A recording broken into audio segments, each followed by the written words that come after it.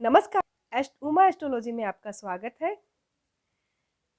आज मेरा जो टॉपिक है, मेरा जो विषय है वह बहुत ही महत्वपूर्ण है। यह ज्योतिष को पूर्व जन्मों से और आध्यात्म से जोड़ने से संबंधित है।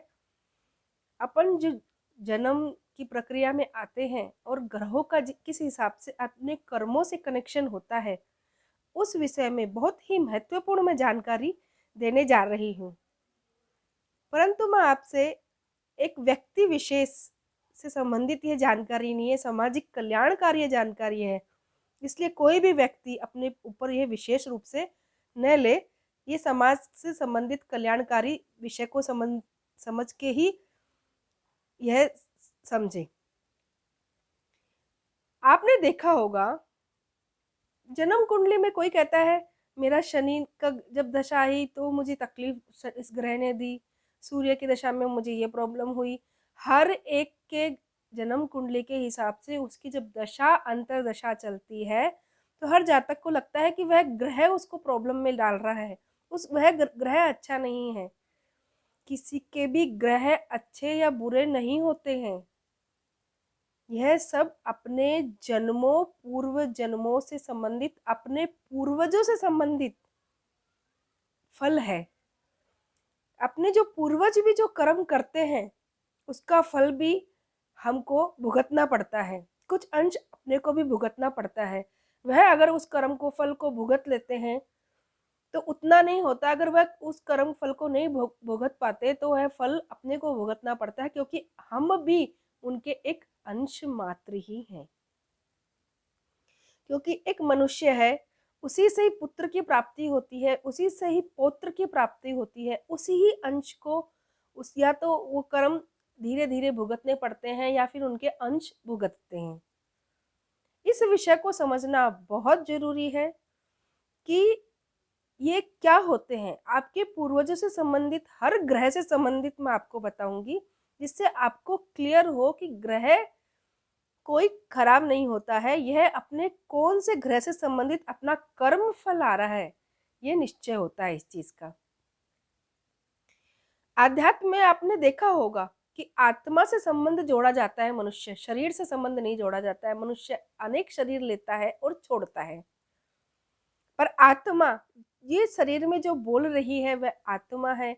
अपना आत्मा से ही ये शरीर, जब ये शरीर जो कार्य करता है, जब इसमें एक चैतन्य शक्ति विराजमान है तभी वह कार्य करती है। जब ये चैतन्य शक्ति चली जाती है तो ये शरीर कुछ काम का नहीं है। तो आत्मा ही अपने साथ अपने कर्मों को लाती है और इस शरीर के द्वारा भुगतती है, और ये आत्मा जब शरीर को छोड़ देती है तो ये जड़ समान बन जाता है।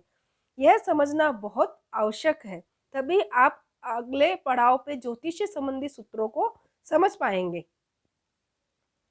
अब मैं आपको बताती हूँ राहु केतु। राहु केतु अगर नीच के हैं, अगर शत्रु राशि में बैठे हैं तो इसका संबंध क्या बना। राहु केतु होते हैं अपने पूर्वज, अपने दादा। अगर किसी का राहु या केतु नीच ग्रह में है या दूषित है तो इससे ये समझ में आता है कि शायद अपने पूर्वजों से कुछ कर्मों में कुछ गलती हुई है, इस वजह से ये दोष आया है। और इसका हम क्या उपाय कर सकते हैं। सूर्य, सूर्य कौन होते हैं, तो सूर्य पिता। अगर आपकी जन्म कुंडली में सूर्य कमजोर दिखाई देते हैं, सूर्य से आपको अच्छे प्रभाव नहीं दिखा रहे हैं, या तो अपना कर्म या अपने पूर्वजों का कर्म भी अपने से जुड़ता हुआ दिखता है, तो आप, मैं पहले ग्रह से संबंधित दोष बता देती हूँ, उसके बाद में हम लास्ट में उपाय की बात करेंगे। चंद्रमा, चंद्रमा मतलब अगर किसी के घर में माँ का अपमान ज्यादा हुआ है, माँ का तिरस्कार ज्यादा हुआ है, तो आपका चंद्रमा कमजोर दिखाई पड़ता है। और आजकल तो मैंने बहुत सारे कुंडलियों में चंद्रमा कमजोर देखे भी हैं। अब आया अगला ग्रह मंगल ग्रह। मंगल ग्रह से संबंध होता है धरती से। धरती से संबंधित अगर कोई दोष, जैसे कि खेती करते हैं तो बहुत तरीके की धरती से संबंधित कुछ दुरुपयोग भी होते हैं, तो उनका मंगल दूषित होता है। धरती का भी सदुपयोग और दुरुपयोग होता है। उससे अगर किसी की जन्म कुंडली में मंगल कमजोर दिख रहा है तो उनको उसी हिसाब से उपाय करने चाहिए। बुध, बुध कौन है? बुध है बहन बेटियां। बहन बेटियों से संबंधित अगर कुछ दिखता है तो अपने पूर्वजों में या अपने खुद से, अपने कर्मों से बहन बेटियों को कोई नुकसान पहुंचाया गया हो या उनको तकलीफ दी गई हो तो आपका बुध कमजोर दिखता है। गुरु ग्रह, गुरु ग्रह का संबंध बनता है पूर्वज, अपने बड़े, पंडित, पूजा पाठ से संबंधित कार्य, अपने गुरुजन, अगर उनका कोई अपमान हुआ है या फिर उनसे संबंधित कोई गलत कार्य हुआ है या उनको तकलीफ दी गई है या पीड़ा दी गई है तो गुरु ग्रह का से संबंधित कोई जन्म कुंडली में दिखता है कि उस इंसान का ग्रह, गुरु ग्रह कमजोर है। शुक्र, शुक्र होती है पत्नी।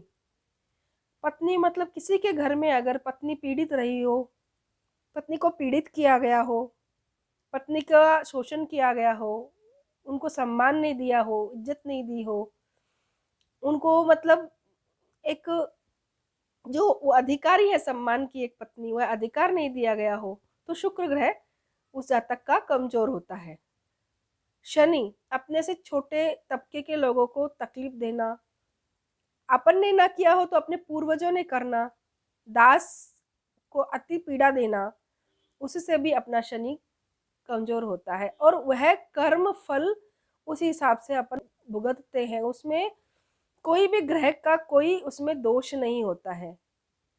इसका उपाय अगर अपन करने जाए कि भाई अपने खुद के कर्म, अपने पूर्वजों के कर्म जो हैं, अब उनसे जो दोष आया है, अब उसका कैसे उपाय किया जाए, उसका या 3 तरीके से। एक तो कर्म फल इंसान को भोगने पड़ते हैं, उसका कोई तोड़ नहीं है। अगर आप नहीं भुगतोगे तो आपके आने वाली पीढ़ी भुगतेगी। या फिर कर्म फल तो भोगना पड़ेगा, और अगर नहीं भोगा है तो अपन प्रायश्चित के अनुसार भी उसका उपाय कर सकते हैं। किस तरीके के प्रायश्चित? धार्मिक यात्राएं करके, गंगा स्नान करके, मंत्र जाप करके, अपने कर्मों में सुधार करके। कभी कभी देखते हैं कि किसी किसी के घर में पीढ़ियों में किसी की पुत्री की प्राप्ति नहीं हो रही है। इसका कारण कैसा है कि उनके घर में पुत्री का सम्मान नहीं हुआ, इसलिए भगवान उनको पुत्री ही नहीं दे रहा है। किसी किसी का विवाह में संबंधित समस्याएं आती हैं, वधु अच्छी नहीं मिल रही है, तो उसका कारण होता है कि वहां पे स्त्रियों का सम्मान नहीं हुआ, बहू बेटियों का सम्मान नहीं हुआ, इसलिए कन्या प्राप्ति में, वधु प्राप्ति में समस्या आ रही है। ये सब चीजें आपको अपने परखनी पड़ेगी, उसका प्रायश्चित करना पड़ेगा, तभी इसी प्रकार की समस्याएं आती हैं। अभी अपन सोचते हैं ये समस्या क्यों आ रही है, हमारे घर में ये बाधा क्यों हो रही है, सबके घर में ये प्रॉब्लम नहीं होता है, हमारे घर में ये समस्या क्यों आ रही है। इस कर्म फल को सबसे पहले तो स्वीकार करना सीखे। अपने कर्मों के फलों को स्वीकार करेंगे तभी उसमें सुधार कर सकते हैं कि जरूर कुछ ना कुछ हमसे, हमारे पूर्वजों से कुछ गलती हुई है, इस वजह से ये कर्म फल आया है। अब इस कर्म फल का प्रभु से, अपने इष्ट से, अपने पितरों से क्षमा याचना करें। क्षमा याचना करने के बाद में उनसे क्षमा मांगे कि जिस ग्रह से संबंधित समस्याएं आ रही है उस ग्रह से संबंधित प्रायश्चित किया जाए, उस ग्रह से संबंधित दान धर्म, उस ग्रह से संबंधित पूजा पाठ, उस ग्रह से संबंधित तीर्थ यात्राएं करें और वो ग्रह से संबंधित उस रिश्ते को भी ठीक करें, तो उससे ये समस्याओं का समाधान आता है। पूर्व जन्मों से संबंधित आपको मैंने पूरा बताया, राहु केतु का भी बताया। अगर किसी की जन्म कुंडली में राहु केतु उच्च के हैं तो इसका मतलब ये है कि आपके पूर्वजों ने श्रेष्ठ कर्म किए हैं और उन श्रेष्ठ कर्मों का फल आपको अवश्य मिलेगा। किसी किसी की जन्म कुंडली में अच्छे अच्छे ग्रह विराजमान हैं, कुछ एक ग्रह या 2 ग्रह कुछ थोड़े से डाउन में हैं, तो आप इस चीज को समझिए कि इतनी सब चीजें तो पॉजिटिव है। 100% तो किसी को नहीं मिलता, 90% भी अच्छा मिल रहा है, तो 10% तो आप ठीक कर ही सकते हो अपने प्रायश्चित, अपने अच्छे कर्मों से। तो अपने कर्मों को सुधारने की अति आवश्यकता है। प्रायश्चित कीजिए और अपने पूर्व जन्म के जो कर्म भोग है उसको हंस के स्वीकार भी कर लीजिए, तो उसमें भी आपका ही हित है। तो मैंने आज जो विषय बताया मैं पूर्व जन्मों से जन्म कुंडली को जोड़ के बताया। आप उसमें अपनी जन्म कुंडली को देख के कोई भी ग्रह अगर आपका नीच का है, शत्रु राशि में बैठा है, गलत घर में बैठा है, तो आप उससे समझ सकते हैं कि आपका ग्रह ये कमजोर क्यों है, इसके पीछे का रीजन क्या है, पूर्व जन्म अपने पूर्वजों से संबंधित क्या रीजन है और इसका अपन क्या उपाय कर सकते हैं। ये सरल सीधी तरीके से भी अपन इस चीज को समझ गए तो अपनी जिंदगी में बहुत सुधार कर सकते हैं। अगर किसी की का बुद्ध खराब हो तो वह बहन बेटियों का सम्मान करे, किसी का सूर्य खराब है तो वह अपने पिता का सम्मान करे, राजकीय कार्यों का सम्मान करे, किसी का चंद्रमा खराब है तो वह माँ का सम्मान करे,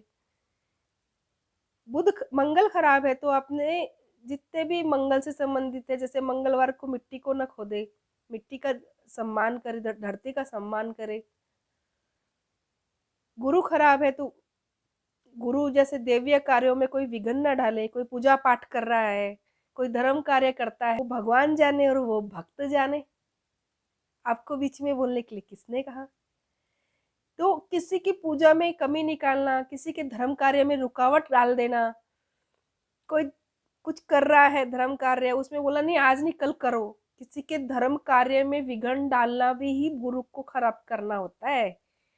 शुक्र जो स्त्रियां हैं अपने जो घर में जो बीवी है उसको सम्मान दीजिए तो आपका शुक्र ग्रह मजबूत होगा। शनि अपने से नीचे के जितने भी कार्य करने वाले लोग हैं उनको सम्मान दीजिए, तो उससे संस्कार परिवर्तन हुआ।